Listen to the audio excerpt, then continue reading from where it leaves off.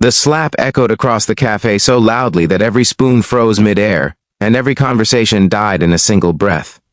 Coffee spilled, chairs scraped, and for a moment, time itself seemed to hesitate. The man who had been struck didn't fight back. He didn't even raise his voice. He simply steadied himself, wiped the coffee dripping from his cheek, and looked down at the small hand gripping his sleeve, his daughter's hand, trembling as if the world had just shattered in front of her.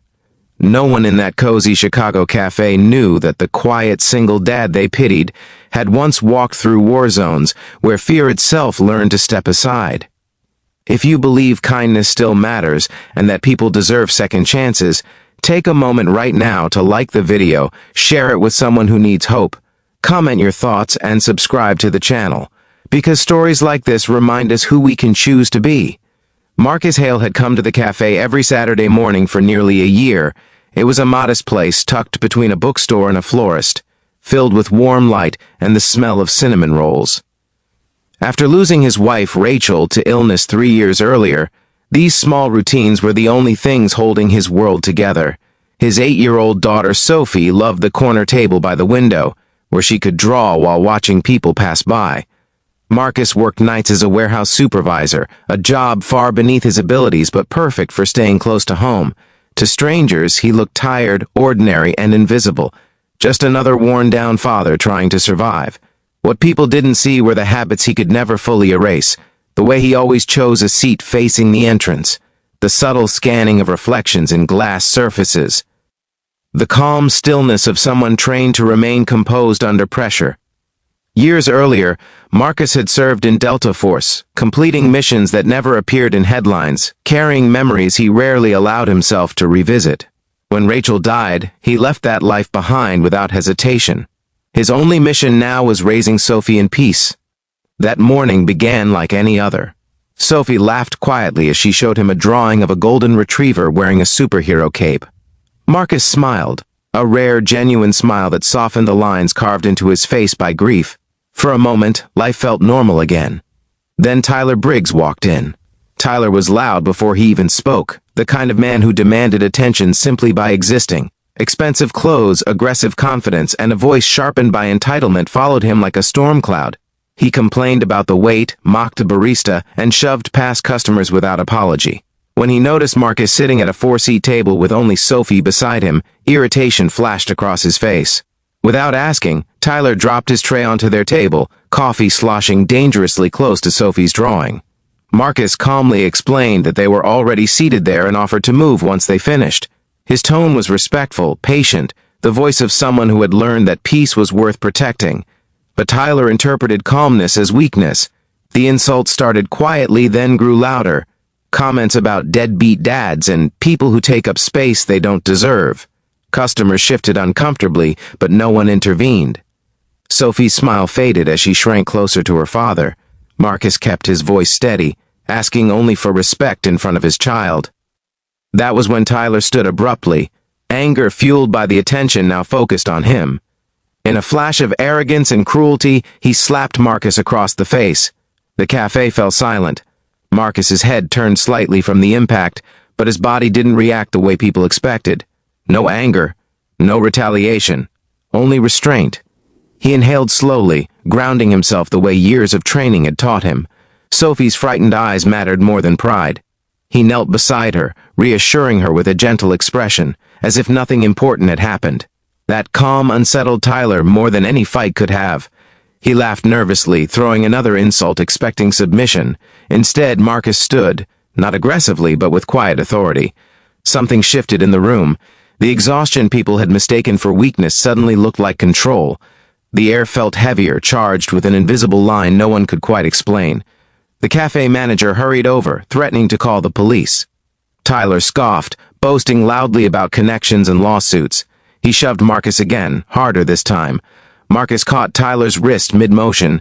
It wasn't fast enough for most people to notice, just a simple movement. But Tyler froze instantly, his balance gone, his confidence draining as realization flickered across his face. Marcus released him just as quickly, stepping back as though nothing had happened. There was no aggression in Marcus's eyes, only warning. Police arrived minutes later, responding to multiple calls. Witnesses spoke over one another, describing the slap, the harassment, the frightened child. Tyler continued arguing loudly until one officer, an older man named Officer Grant, studied Marcus more closely. Recognition dawned slowly, followed by disbelief. Grant asked quietly if Marcus had once been stationed at Fort Bragg. Marcus hesitated, then nodded once, clearly uncomfortable with attention. The officer's posture changed immediately, respect replacing authority. Years earlier, Grant had served alongside soldiers who spoke of Delta operators with reverence, ghosts who protected lives without seeking credit. Word spread quickly through whispers in the cafe. Tyler's arrogance collapsed into confusion as he realized the man he had humiliated wasn't defenseless at all. Marcus, however, didn't reveal details, didn't boast, didn't even press charges immediately. His only concern was Sophie, who still clutched his hand tightly. Outside, as the situation settled, Marcus crouched to Sophie's level and gently explained that strength wasn't about hurting others but choosing when not to. His voice carried the weight of hard-earned wisdom. Sophie listened carefully, her fear slowly replaced by pride. The cafe owner later approached Marcus with tears in her eyes, apologizing for not intervening sooner. Other customers thanked him, not for fighting but for showing restraint. One elderly man admitted he had judged Marcus as weak when he first saw him. Marcus simply smiled, saying people often carry battles others cannot see. Tyler, now subdued and shaken, was forced to confront the consequences of his behavior. Witness statements, surveillance footage, and his own aggression left little room for denial. Before being escorted away, he glanced back at Marcus, expecting anger.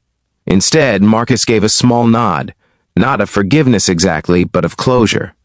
Weeks passed, and the story quietly circulated online after a bystander posted footage. Millions watched not because of violence, but because of what didn't happen. A trained warrior choosing patience over revenge resonated deeply with viewers across the country. Marcus returned to the cafe the following Saturday. The same table, the same sunlight. Sophie proudly handed him a new drawing, this time of a father standing like a shield beside his child. He felt something shift inside him, a healing he hadn't realized he needed. For the first time since Rachel's death, he understood that his past didn't have to stay buried.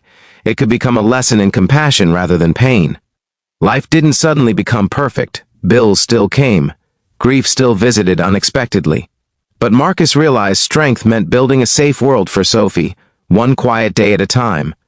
If this story has touched your heart even a little, please take a moment to like the video, share it with someone who believes in kindness, and subscribe so more stories of hope can reach people who need them most. And before we reach the ending, leave a comment saying strength is kindness if you believe true power comes from protecting others, not hurting them. That evening, as Marcus and Sophie walked home through the golden glow of a Chicago sunset, she slipped her small hand into his and asked if heroes were real. Marcus looked down at her, thinking about battlefields, loss, and the long road back to peace. He realized heroes weren't defined by combat or medals, but by everyday choices. Patience over anger, compassion over pride, love over fear. He told her heroes were simply people who chose to do the right thing when it was hardest. Sophie smiled, satisfied, and skipped ahead along the sidewalk. Marcus followed, feeling lighter than he had in years. The world still held cruelty, but it also held second chances. Moments where kindness could rewrite someone's story. And as the city lights flickered on around them, the former soldier understood that his greatest mission had never been overseas.